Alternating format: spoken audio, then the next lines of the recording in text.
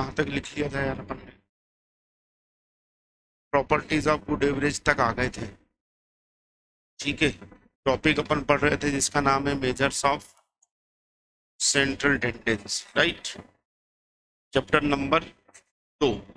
Chapter number 2 का नाम है मेजर्स ऑफ सेंट्रल। उसके लिए हमने पढ़ा कि एक वेरिएबल होता है, उस वेरिएबल की बहुत सारी वैल्यूज होती हैं। उस वैल्यूज को हम क्या बोलते हैं? डिस्ट्रीब्यूशन बोलते हैं। उस डिस्ट्रीब्यूशन की सेंट्रल टेंडेंसी निकालने के लिए कई सारी मेथड्स हैं। उसी सेंट्रल टेंडेंसी के जो मेजरमेंट होते हैं उनको हम एवरेज भी बोलते हैं। इस प्रकार सेंट्रल टेंडेंसी को मेजर करने की कितनी मेथड्स होती हैं? 5 मेथड्स होती हैं, जिनके नाम मैंने आपको लिखाए थे लास्ट लेक्चर में। Arithmetic mean, median, mode, geometric mean and harmonic mean. तक पढ़ लिया था।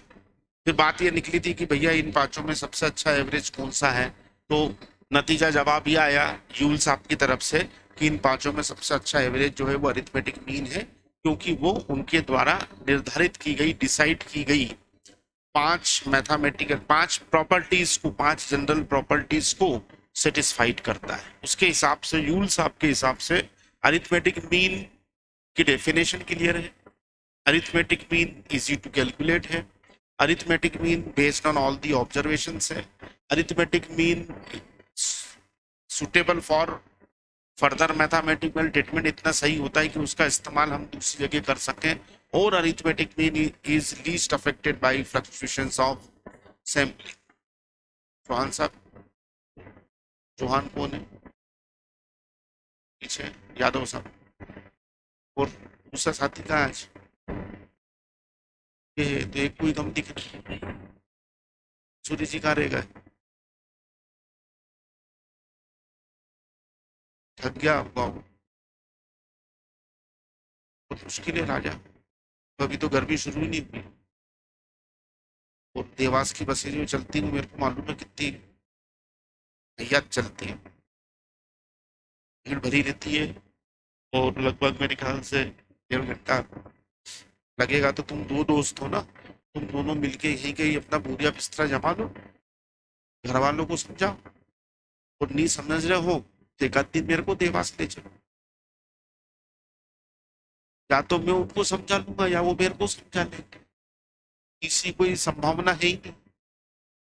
अगर मैं उनको समझाने में सफल हो गया, तुम्हारा बोरिया बिस्तरा इंदौर आ जाए, और मैं वो सफल हो गए तो मेरा उठ जाएगा इंदौर से। यही है। पर क्या है, 2000 2003 की बात बताता हूँ। 2 बच्चे थे, एक का नाम विकास श्रीमाली और दूसरे का नाम तैयब जीन वाला या कुछ था, वो ध्यान नहीं मेरे को। तैयब जीन वाला ही था शायद, हाँ अभी भी है, मतलब था। दोनों बच्चे सीए बन गए, दोनों अच्छा कर रहे हैं अपने जीवन में। तो उज्जैन में मैंने उनको पढ़ाया सीए फाउंडेशन। तो वो बच्चे, उनके पेरेंट्स उनको इंदौर भेजने के लिए तैयार नहीं हुए। 20 साल पुरानी बात बता रहा हूँ। तो उनको भी मैंने यही बात बोली थी जो भी तेरे को बोली। उस समय में थोड़ा ज्यादा फुर्सत में था, थोड़ा जवान भी में था उस जमाने में, उज्जैन में ही रहता भी था। मैंने उनको बोला, तो उनके घर गया मैं, तो मुश्किल में उनको समझा पाया था। पर उनके आने का फायदा ये हुआ कि दोनों सीए बन गए। नहीं तो वो भी इंदौर उज्जैन अप डाउन करते रह जाते।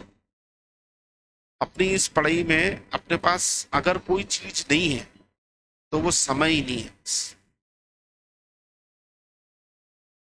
उसका थकान, आपके आने आने में जो समय खराब हुआ वो तो ठीक है, उसके बाद आप कुछ करने लायक भी नहीं। बस तो मैंने खुद ने 10 साल अप डाउन किया इंदौर उज्जैन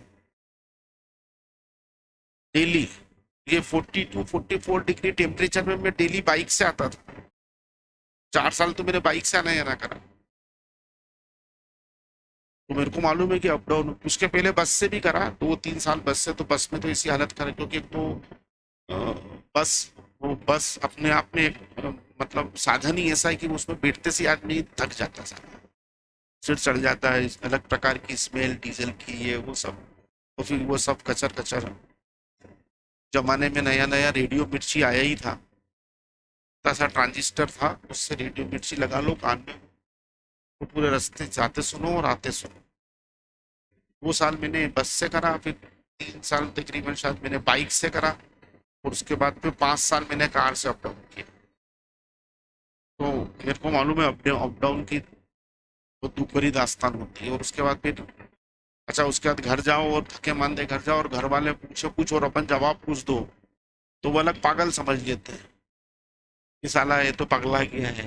उनको क्या मालूम कि आदमी कितना स्ट्रगल करके आया है।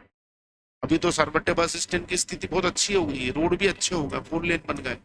मैं तो उस समय आता था जब सिंगल लेन रोड था, इंदौर उज्जैन भी सिंगल लेन और गड्ढे वाला रोड, बहुत बेकार। तुम लोगों के पैदा होने की पहले की कहानी है। 2007 में तो बाईपास बन गया था, तुम लोग 4-5 के पैदाइश हो गए सब, 6 वाले भी हो सकते हैं, 6 वाले हो गए तुम तो सब, ज्यादातर 5-6 वाले। मैं तो उस समय ही बता, उसके पहले तो वो खटारा रोड, देवास का भी उज्जैन का भी उससे आ रहा है। तो उनको ये समझाएं अपन कि भाई जो भी हम इन्वेस्ट कर रहे हैं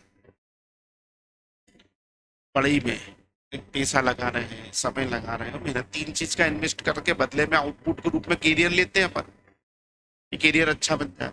तो तब होगा जब समय बचेगा। अभी तुम चलो खूब अति मेहनत करके फाउंडेशन निकाल भी दोगे, लेकिन इंटर में वो अभी ये जो नई बैच लगी ना 12 तारीख से तुम्हारे साथ ही, वो सुबह 8 साढ़े 8 बजे आते हैं, वो 6 बजे घर जाते हैं।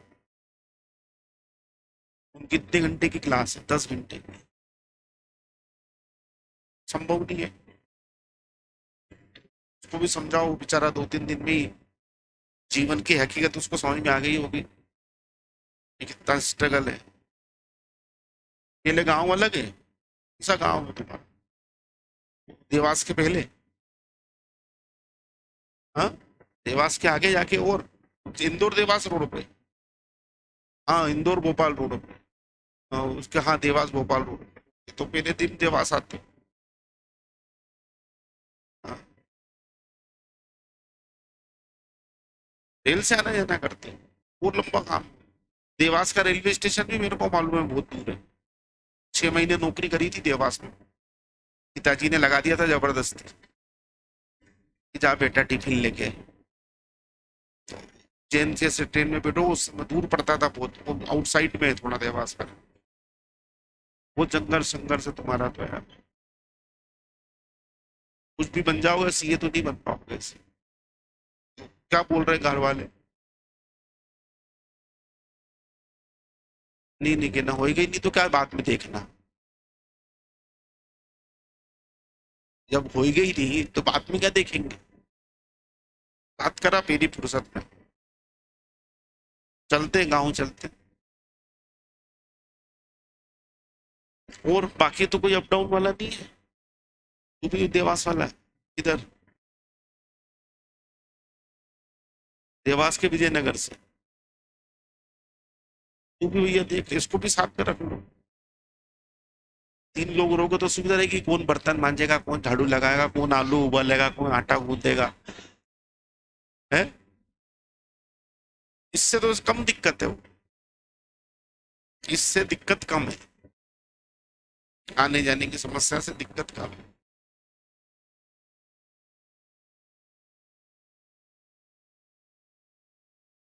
अच्छा, हॉस्टल वाले कितने हैं? बलशीगर तो यही रहता है होकर। आप कहाँ से आई मैडम? पाटनेपुरा से। सबसे पास की तू ही दिख रही है मेरे को। और खंडवा नाका तो इधर आसपास जगह नहीं मिलेगी है? कॉलेज ज्यादा जरूरी की कोचिंग ज्यादा? कॉलेज कौन सा, जीजा भाई कॉलेज? जीजा भाई कॉलेज है क्या? कौन सा कॉलेज है, सरकारी? अरिहंत? खंडवा रोड पे जो है, वहाँ कौन बुलाता है, वहाँ तो जाने की जरूरत ही नहीं।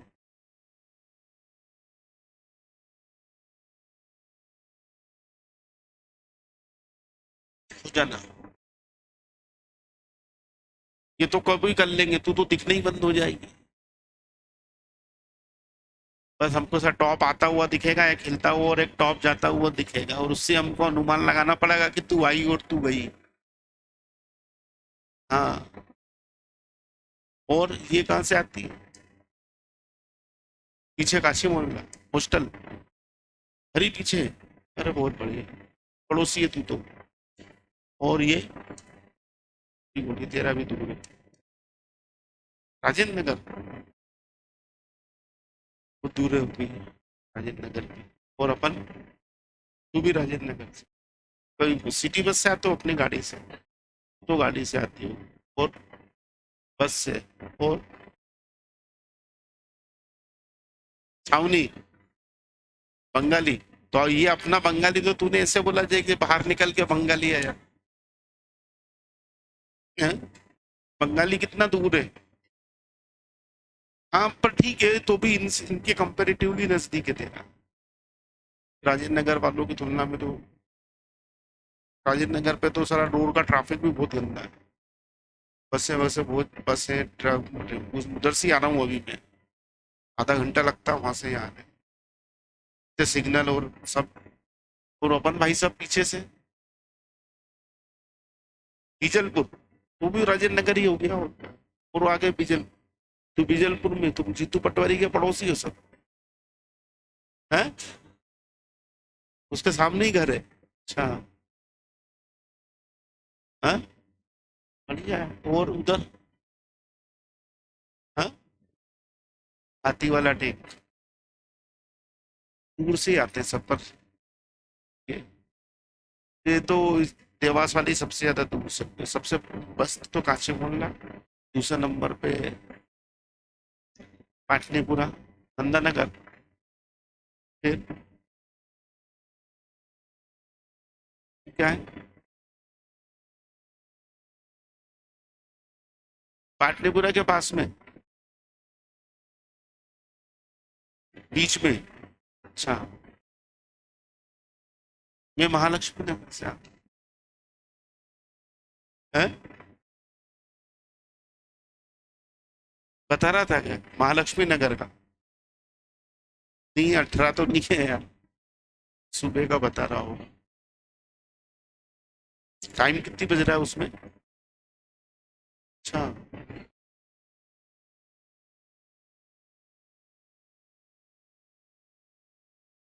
उसमें टाइम वाइम सेट कर देना राजा, बच्चे बोल रहे टाइम गलत डला हुआ है। सही तो है टाइम, 2:21 हो रहे हैं, 13 मार्च।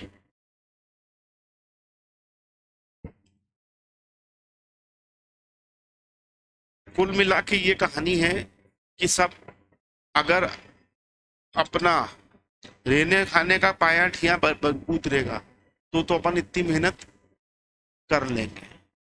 हाँ, अदरवाइज नहीं तो मेहनत भी फालतू जाएगी, और जो लगाएंगे दिमाग भी खराब होएगा, रिजल्ट भी नहीं मिलेगा, सब होगा। इसलिए जो है कोशिश करें। तो ठीक है, इंदौर में जो रहते हैं उनको तो इतना नहीं दिक्कत है, घर जिनका है। बाहर वालों की थोड़ी सी दिक्कत बहुत रहती है, खास करके लड़कों की बहुत रहती है बेचारों। एक तरफ मर्द होने का ठप्पा भी लगा रहता है, दूसरी तरफ बस में भी, ट्रेन में भी खड़े कर देते होंगे, आओ खड़े खड़े आओ। हैं? तू भी बस से आती है रोज?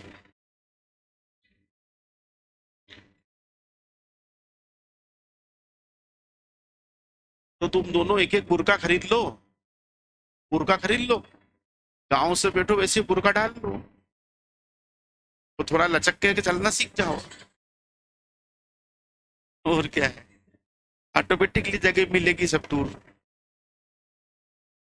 तो अच्छा, मैथ्स वाले सर क्या पढ़ा रहे हैं? क्वेश्चन कैलकुलेटर चलना सिखा रहे होंगे? अभी वो बोल रहे थे मेरे को घबरा गए वो, एक क्लास देख, बोल रहे थे कुछ नहीं आता है यार किसी को भी, सब ऐसे ही है। इसी हो क्या तुम सब? मैथ्स किसी का भी नहीं था पहले? इसका था पहले? पीसीएम था तेरा? तो पहले शायद ट्वेल्थ भी देर को करे, टाइम हो गया हो। ट्वेल्थ कब करी? हाँ 2023 में। और आईटी वाईटी भी दे दी?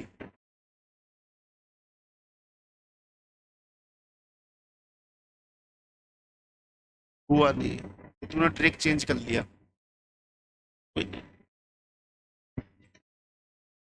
मित्तल सर है ना, अकाउंट्स वाले, के बेटे ने भी पहले पीसीएम लेके पूरे 2 साल कोचिंग करी थी,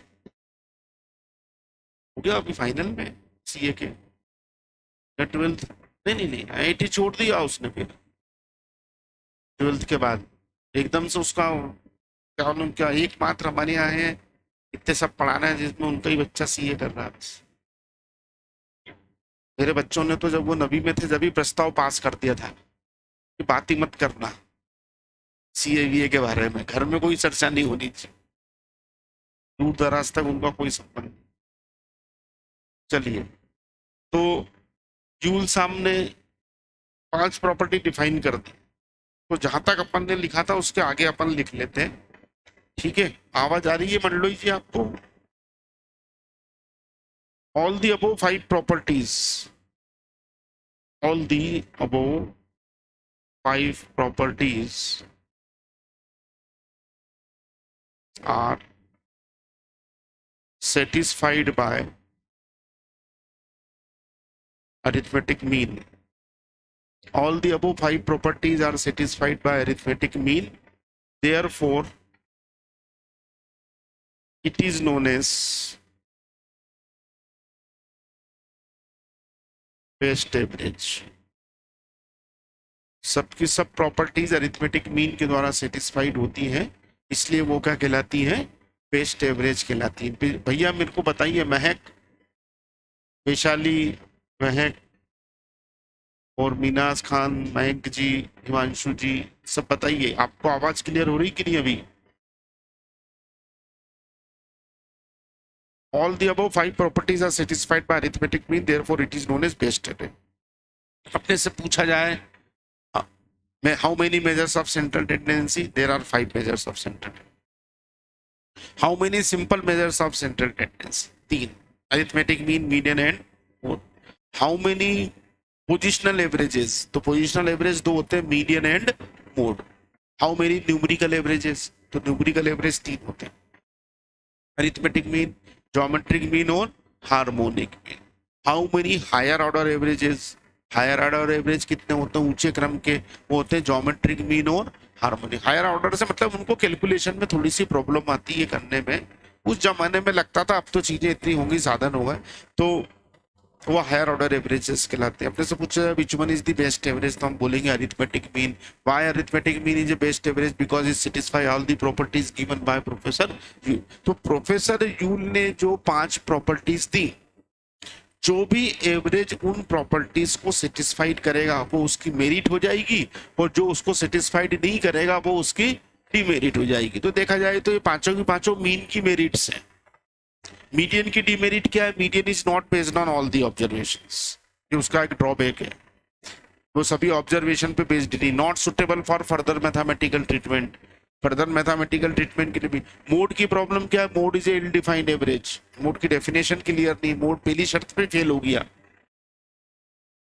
मोड पहली शर्त पे ही फेल हो गया बेचारा, उसकी डेफिनेशन ही क्लियर नहीं, उसके साथ बहुत झमेले हैं, ठीक। ज्योमेट्रिक मीन और हार्मोनिक मीन की प्रॉब्लम ये है कि उनका कैलकुलेशन इजी नहीं है, की डेफिनेशन क्लियर है, सभी ऑब्जर्वेशन पे बेस्ड है, but they are not easy to calculate. तो इस तरीके से इन पांचों प्रॉपर्टीज के आधार पर उनके मेरिट्स और डिमेरिट्स तय किए जाते हैं।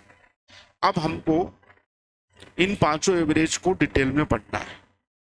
सबसे पहले अपन पढ़ेंगे अरिथमेटिक मीन के बारे में। पहला एवरेज लिख लीजिए, arithmetic mean, sum of all the given values is divided by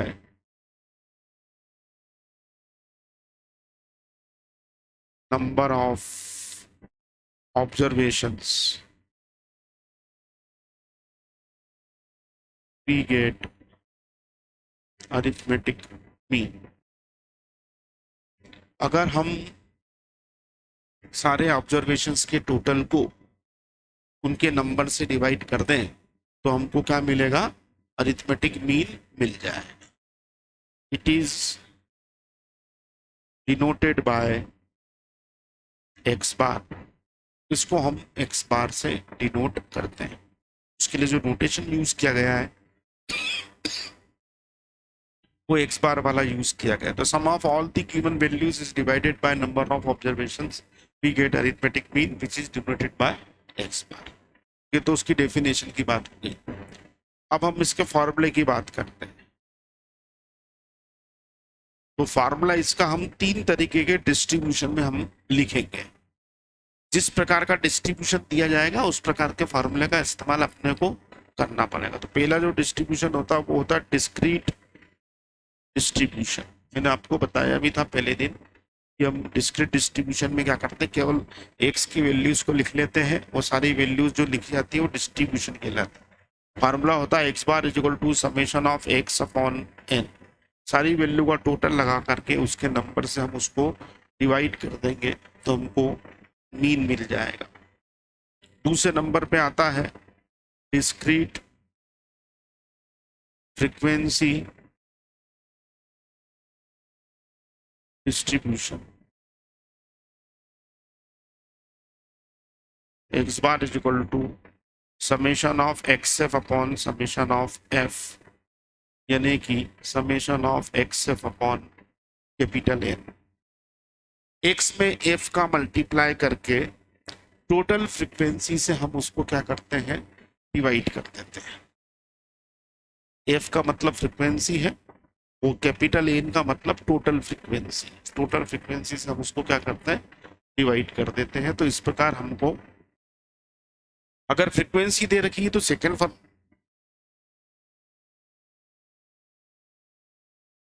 समझूंगा, example से क्लियर हो जाएगा। पहले जरा फार्मूले लिख लें और डिस्ट्रीब्यूशन का मतलब भी समझ में आ जाएगा आपको कि क्या होता है। ये लिख लिया सबने फार्मूला। आप या तो के समेशन ऑफ एफ लिख सकते हो, नहीं तो उसके बदले में आप कैपिटल एन भी लिख सकते हो। स्मॉल एन का मतलब भी नंबर ऑफ ऑब्जर्वेशन है और कैपिटल एन का मतलब भी नंबर ऑफ ऑब्जर्वेशन। ठीक, चलिए सर तीसरे नंबर पे हम आ गए, कंटिन्यूअस फ्रीक्वेंसी डिस्ट्रीब्यूशन।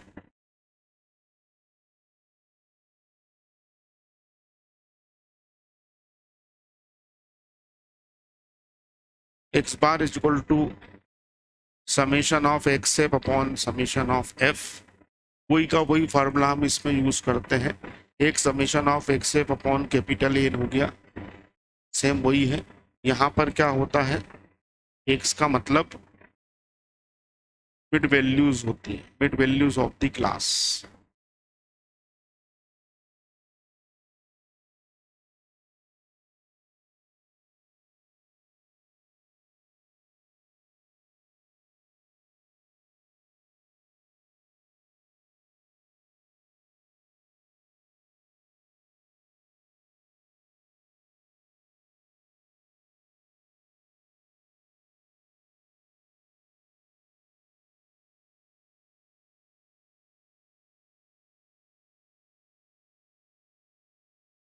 ठीक, mid values of the class, ऐसे लिखना, क्लास की mid value, mid value of the class.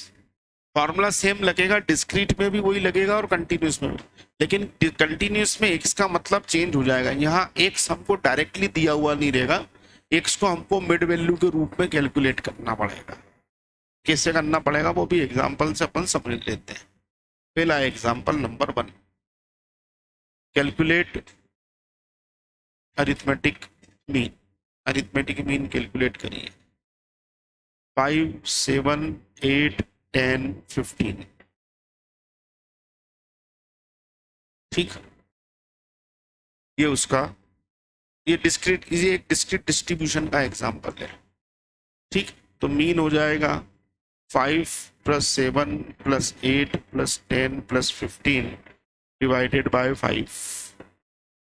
जोड़ो जरा कितना होता, 15 और 5 20 30 45 45। 45 इज डिवाइडेड बाय 5 कर देंगे तो 9 मीन आ जाएगा।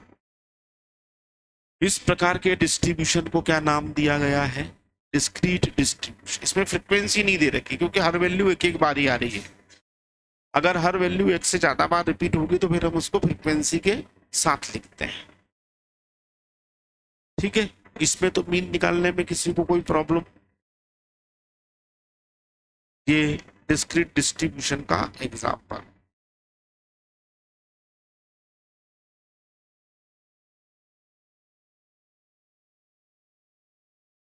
ठीक है साहब, दूसरे नंबर पे आएंगे अपन, सेकंड नंबर पे।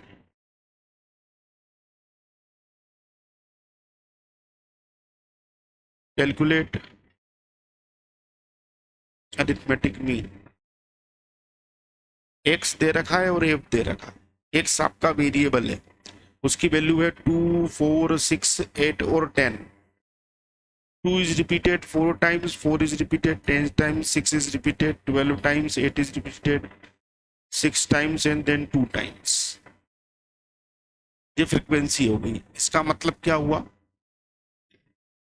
इसका मतलब हुआ कि एक्स की 5 वैल्यू है जिसमें से 2 रिपीट हो रही है 4 बार, 4 रिपीट हो रही है 10 बार, 10 6 रिपीट हो रही है 12 बार, 8 रिपीट हो रही है 6 बार और 10 रिपीट हो रही है 2 बार, 2 बार। तो ऐसे करके टोटल वैल्यू कितनी हो गई आपके पास? 14 और 12, 14 और 6 20, 12 32 और 34। ये कैपिटल एन है। टोटल फ्रीक्वेंसी कितनी है? 34 है। अब आपको क्या करना है? एक्स और एफ का मल्टीप्लाई कर देना। मल्टीप्लाई क्यों करना पड़ेगा? मल्टीप्लाई इसलिए करना पड़ेगा कि दो एक बार नहीं आ रहा है, दो 4 बार आ रहा है, तो दो दो का टोटल कितना हो जाएगा? 8। 4 10 टाइम्स रिपीट हो रहा है तो 40, 6 12 टाइम्स रिपीट हो रहा है तो 72, 8 6 टाइम रिपीट हो रहा है तो 48 एंड 10 2 टाइम्स रिपीट हो रहा है तो 20। तो इसका टोटल देख ले कितना आता है? 10 18 का 8 कैरी आया 1 5 और 7 12 12 और 6 18, 188 आ रहा है क्या? चेक कर लो एक बार सब कितना आ रहा है टोटल। एक्स और एफ का मल्टीप्लाई करके टोटल देखो कितना आ रहा है। इसका टोटल 188 आ रहा है। तो मीन का फार्मूला लगा दोगे, summation of X F upon capital N, यानी कि 118 अपॉन 34, यानी कितना? 5.52 अरिथमेटिक मीन है। 5.52 इज द अरिथमेटिक मीन। सब लोग चेक कर ले भाई, ऑनलाइन वाले भी अपना आंसर देख लें, ऑनलाइन वाले भी देख लें।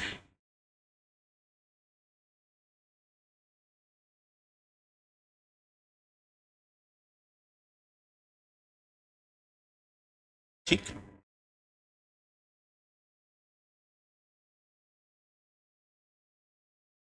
ये इसको कौन सा डिस्ट्रीब्यूशन बोला जाएगा? इसको डिस्क्रीट फ्रीक्वेंसी डिस्ट्रीब्यूशन बोलेंगे। डिस्क्रीट क्योंकि एक्स की वैल्यू बटी हुई है, 2 4 6 8 और 10, 5 वैल्यू दिख रही है अपने को। 2 4 बार रिपीट हो रहा है, 4 10 बार हो रहा है, 6 12 बार हो रहा है, 8 6 बार हो रहा है और 10 2 है वो 2 बार हो रहा है। तो इसको हम बोलते हैं डिस्क्रीट फ्रीक्वेंसी डिस्ट्रीब्यूशन। ठीक, चलिए तीसरे नंबर पे आते हैं अपन। Example number 3, calculate arithmetic mean. Sanskar तू नीचे है क्या? राहुल भैया किधर है? फोन नहीं उठा रहा है यार वो।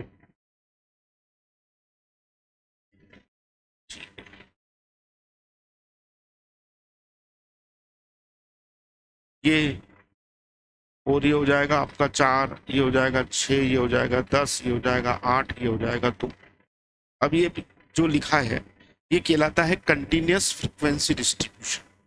क्या बोलते हैं इसको? Continuous frequency distribution.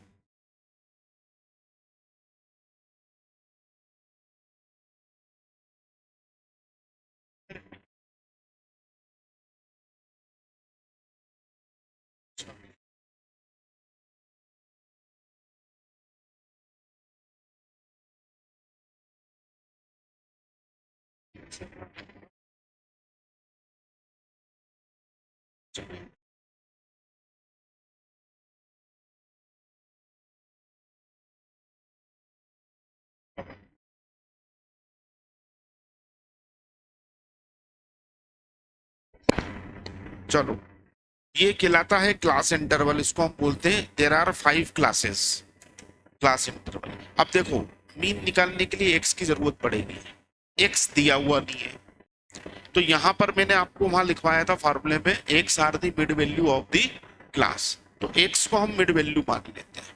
अब मिड वैल्यू कैसे निकलती है, अपने को 0 से 4 की मिड वैल्यू चाहिए, तो 0 प्लस 4 डिवाइडेड बाई 2, 0 प्लस 4 कितना हुआ 4, डिवाइडेड बाई 2 कर दिया तो 2, 4 प्लस 8 12 डिवाइडेड बाई 2 कर दिया तो 6, 8 और 10 20 डिवाइडेड बाई 2 कर दिया तो 10, 12 और 16 हो जाएगा 28 डिवाइडेड बाई 2 कर दिया तो 14, और ये हो जाएगा 36 डिवाइडेड बाई 2 कर दिया तो 80। मिड वैल्यू निकालना आया कि नहीं सबको? अपर लिमिट 4 है, लोअर लिमिट 0 है, अपर limit plus lower limit divided by 2, ये मिड वैल्यू होती है। बोलो हाँ की ना? मिड वैल्यू कैसे निकाली? सबकी जोड़कर, दोनों को लिमिट को जोड़ के 2 से क्या कर दो, उसको डिवाइड कर दो। चलिए, अब एक्स और एफ ये अपर लिमिट है, मिड वैल्यू का फॉर्मूला लिख देता हूं तुमको, लिख लो, mid value is equal to upper limit plus lower limit divided by 2, ये उसका फॉर्मूला होता है। ठीक, 0 प्लस 4 4 होता है, डिवाइड बाय 2 करोगे तो 2 आएगा, 4 प्लस 8 12 होता है, इतनी तो गिनती आती कि नहीं सबको? 4 प्लस 8 12 डिवाइड बाय 2 करेंगे तो 6, 8 और 12 20 डिवाइड बाय 2 कर देंगे तो 10, 12 और 16 28 डिवाइड बाय 2 कर देंगे तो 14। कैलकुलेटर रहेगा ना हाथ में, नहीं करते बने तो कैलकुलेटर पे कर लो, लाना पड़ेगा कैलकुलेटर को क्लास में, सामने रखा रहता है कब जरूरत पड़ जाए। और आखिरी में 16 और 20 करेंगे तो 36 होगा, 36 को 2 से डिवाइड कर देंगे तो 18 आ जाएगा। अब फिर आगे कैलकुलेटर की जरूरत पड़ेगी, एक्स और एफ का मल्टीप्लाई करना है, करो जरा, 4 इंटू 2 करेंगे तो 8, 6 इंटू 6 करेंगे तो 36, 10 इंटू 10 करेंगे तो 100, 18 8 इंटू 14 करेंगे तो 112, एंड 18 इंटू 2 करेंगे तो 36। सबका टोटल निकालो कितना आ रहा है, इन सबका टोटल आ रहा है 292। तो मीन निकालने के लिए आप फार्मूला लगाओगे summation of X F upon capital N, मतलब 292 इज डिवाइडेड बाय 30, 9.7 आंसर आ गया।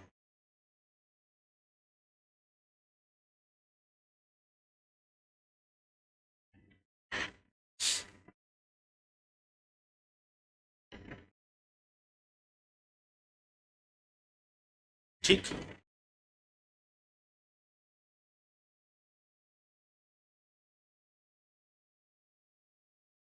चलो आगे बढ़े। करना आया हो सबको तो बताओ यार, एक बार बताने की रखी है बंदे, नहीं आएगा तो पूछो, डरने का क्या काम है, नहीं आया है जब तो आ रहा है पढ़ने, आ रहा होता तो घर ही बैठते। अपर limit plus lower limit divided by 2 कर देंगे तो क्या हो जाएगा, मिड वैल्यू हो जाएगी। बोल, सेकंड वाली दे रखी है ना वो तो क्वेश्चन में, ये चीजें ये तो दे रखी है सब, ये 6 तो ये आया है, इन दोनों का मिड वैल्यू 6 यहाँ लिखा हुआ है, इन दोनों की मिड वैल्यू 10 यहाँ लिखी हुई है, वो एक से आई नहीं बेटा, वो तो क्वेश्चन में गिवन है। चलो एक क्वेश्चन करो जरा, देखें कितना आया तुमको। कैलकुलेट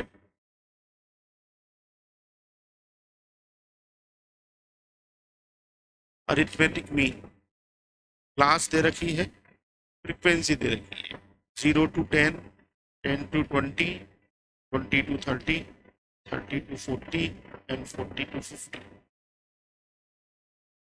5 10 15 6 4 करो।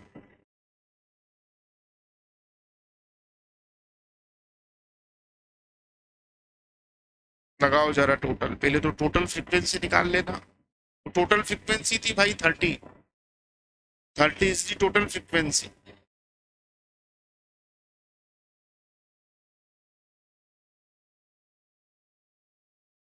आ गया क्या आंसर? कितना आया? 23.5 आंसर आ रहा है। वैशाली जी आपको कुछ समझ में आ रहा है कि नहीं आ रहा है बेटा? हिमांशु जी देखिए, टोटल फ्रीक्वेंसी पहले निकाल लीजिए, इनका टोटल लगा लीजिए कितना होता है, 20 30 40 40। जस्ट कैलकुलेटर लेके बैठना है सब ऑनलाइन वालों को भी।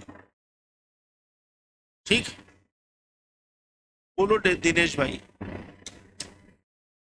डेविड जी बताइए, क्या पूछना आपको? हर्षिता सोनी जी का आंसर सही है, बिल्कुल सही है। हिमांशु राठौर जी का आंसर भी सही है, ठीक है। चलिए बाकी के लोग देखें। एक्स मिड वैल्यू होती है, पहले की मिड वैल्यू कितनी? 5, दूसरे की 15, तीसरे की 25, चौथे की 35, पांचवे की 40, सब 10-10 से आगे बढ़ गए। अगर क्लास इंटरवल की लंबाई 10 की है तो इनके बीच की दूरी भी 10-10 की है। 5, 15, 25, 35, 45। अब 100 का मल्टीप्लाई कर लो। 5 इंटू 5 25, 10 इंटू 15 150, 25 इंटू 15 300, 300 ही होगा, 375 होगा। 375 कर देते हैं इसको। 375, 35 इंटू 6 210, 45 इंटू 4 180, टोटल कितना? 240, 940। चलो 940 टोटल आ गया। तो मीन कितना निकलेगा? मीन हो जाएगा summation of X F upon capital N, यानी कि 940 इज डिवाइडेड बाय 40, यानी कि कितना? 23.5। चलिए दिनेश जी, दिनेश दिवेश जी, दिवेश जी आप जो है, दामले जी आप है ना, अपना आंसर चेक करो बेटा। 23.5 आ रहा है, ठीक है। वैशाली मंडलोई जी आप भी आंसर चेक करो, 23.5 आ रहा है, ये बोर्ड पे मैंने पूरा कर दिया, आप स्क्रीन पे देखो दिखेगा आप। अगर आप कैलकुलेशन में मिस्टेक करेंगे तो आंसर भी क्या होगा? गलत हो जाए। कैलकुलेशन मिस्टेक सही करना बहुत ज्यादा जरूरी है, तो इसलिए कैलकुलेटर का इस्तेमाल करने का बोला जाता है। मिड वैल्यू सबको निकालना आया कि नहीं आया? पक्का? अब मीन निकालने का आया क्वेश्चन। डिस्क्रीट डिस्ट्रीब्यूशन में आया तो क्या करना है? जोड़ करके डिवाइड करना है। डिस्क्रीट फ्रीक्वेंसी में आया तो क्या करना है? एक्स और एफ का मल्टीप्लाई करके पहले टोटल लगाओ और फिर टोटल फ्रीक्वेंसी से डिवाइड कर दो। वो तीसरा जो फॉर्मेट होता है वो होता है कंटिन्यूस वाला, ये थोड़ा बड़ा कैटेगरी में चले जाता है, डिस्क्रिप्टिव क्वेश्चन हो जाता है कि क्लास इंटरवल दिए, मिड वैल्यू निकालो, एक्स और एफ का मल्टीप्लाई करो, और ये सब चीजें डिस्क्रिप्टिव में चली जाती है, ठीक है। पर अगर आता है तो सॉल्व करने के लिए पहले आपको मिड वैल्यू निकालनी पड़ेगी, फिर एक्स और एफ का मल्टीप्लाई करना पड़ेगा। अगर आपने यहाँ की कैलकुलेशन में मिस्टेक कर दी, जो कि मैथमेटिकल की मिस्टेक मानी जाएगी, मैथमेटिक्स की, तो आंसर यहाँ पे क्या हो जाएगा? गड़बड़ा जाएगा। समझ में आया कि नहीं आया बाप? तीनों डिस्ट्रीब्यूशन में मीन किस तरह से निकाला जाता है ये मैंने आपको बता दिया। अब यूल साहब ने तो बोल दिया कि मीन बड़ा अच्छा एवरेज है, बहुत अच्छा है। क्यों है? क्योंकि वो सारी प्रॉपर्टीज को सेटिस्फाइड करता है, जनरल बातें वो अच्छी करता है कि भाई डेफिनेशन क्लियर है, इजी टू कैलकुलेट है, बेस्ड ऑन ऑल दी सब बातें। पर मीन ने आगे जाके साबित किया कि मीन के पास 3 मैथमेटिकल प्रॉपर्टीज, जनरल प्रॉपर्टीज नहीं, 3 मैथमेटिकल प्रॉपर्टीज और हैं जो दूसरे एवरेज के पास नहीं है, और उसी कारण से मीन और मजबूत हो जाता है। अब वो 3 मैथमेटिकल प्रॉपर्टीज क्या है वो मैं आपको लिखवा रहा हूँ। और मैथमेटिकल प्रॉपर्टीज क्यों मैथमेटिकल क्यों बोला जा रहा है? क्योंकि आप उनको मैथमेटिकली प्रूव कर सकते हैं, सिद्ध कर सकते हो, उनको मैथमेटिकली निकाला गया है। तो अगला जो अपना टॉपिक है वो है mathematical property of, mathematical properties of arithmetic mean. Arithmetic mean की मैथमेटिकल प्रॉपर्टीज। पहली प्रॉपर्टी होती है सम ऑफ डेविएशंस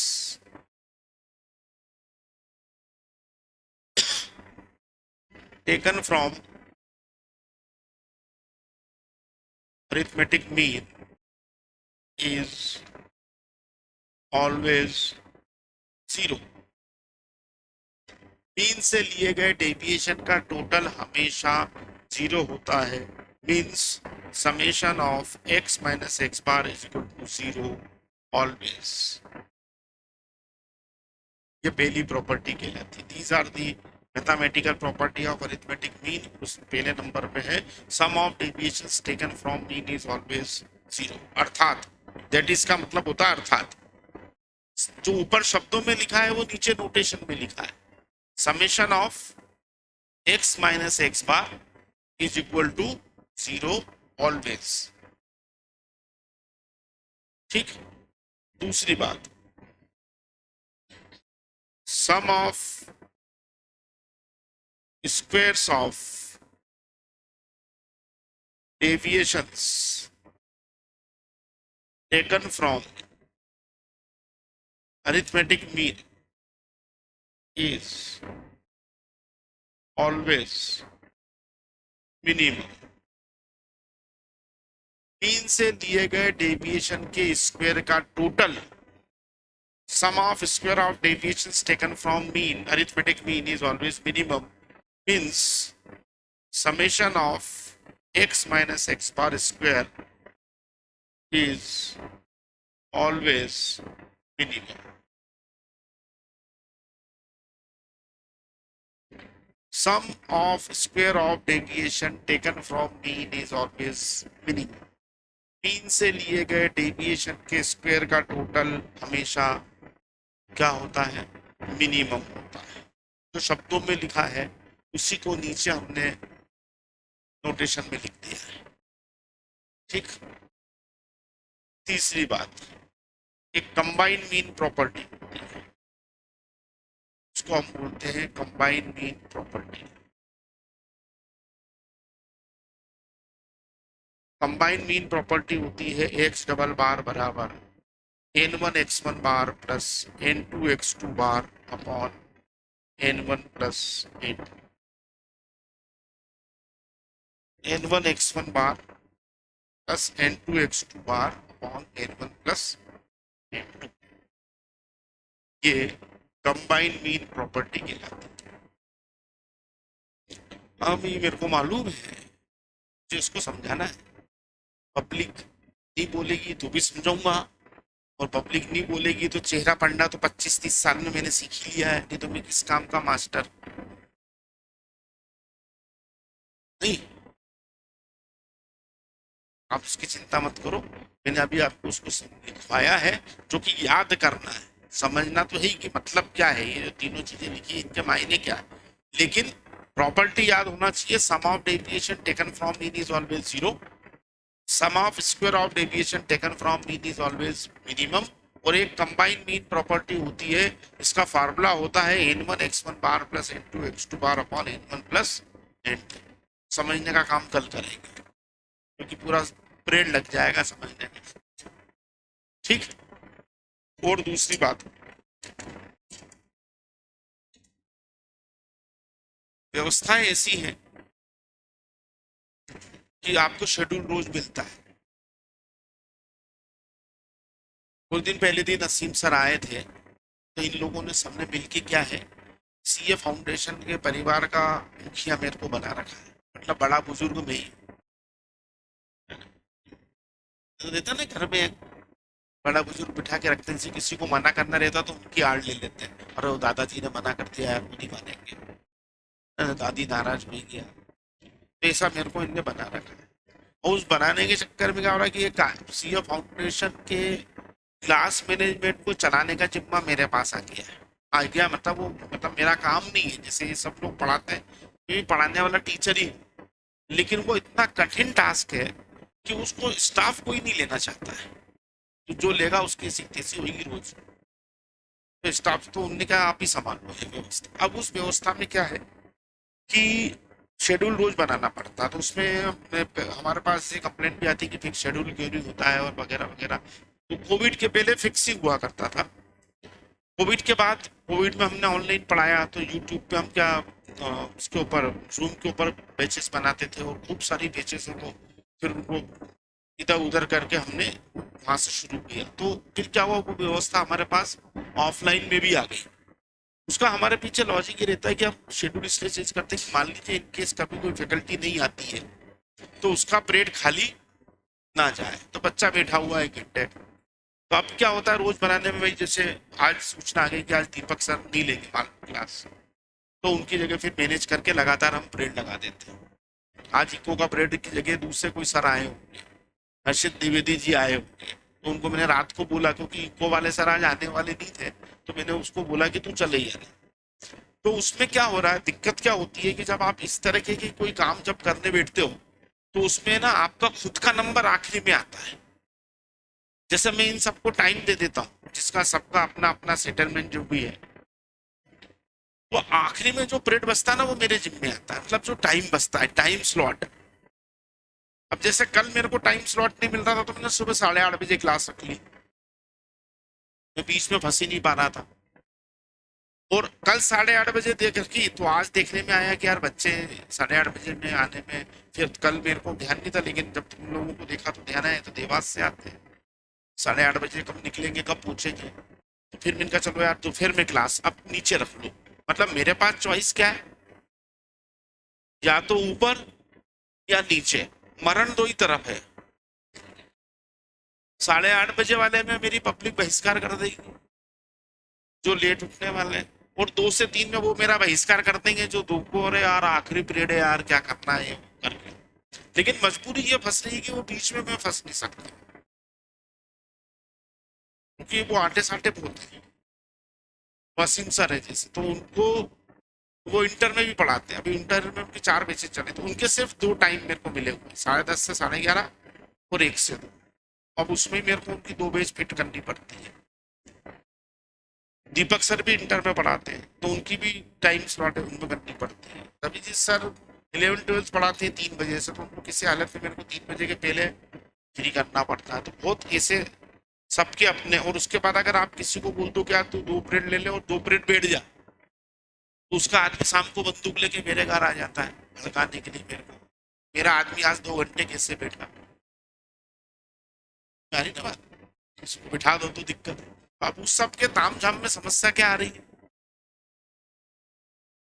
अब बीच में कभी खाली मिल जाएगा तो मैं बीच में, मतलब मेरा कोई टाइम नहीं है, मैं कब आऊंगा कब जाऊंगा। मेरे को आज जैसे 1 से 2 और 2 से 3, कल था 8:30 9:30, 9:30 से 10:30, तो वो इसलिए मेरा पीरियड आपको ऐसे उसमें लगेगा। तो ऐसा नहीं है कि आप लोग थोड़ा सा ऐसे करके चलो साइड बाय साइड के आइए, तो दिक्कत आपको ही आएगी क्योंकि वो जो 100 नंबर का पेपर है उसमें 40 नंबर मैथ्स के पूते पे लाना, आप भी समझ रहे होंगे इजी काम। 40 के ही मैथ्स से मतलब पूरा मैथ्स करके आएंगे, जब 40 मिलेंगे और सब सही करके आएंगे तो स्टेट तो पढ़ के जाना ही पड़ेगा। और आपको इतना तो समझ में आ गया होगा कि आसान है, स्टेट तो आसान है मैथ्स की तुलना में, ये नहीं है बस। तो फिर आप 40 नंबर इसके करो, 20 नंबर रीजनिंग के करो और मजे मारो, और फिर मैथ्स में जितना बन पड़े उतना करो।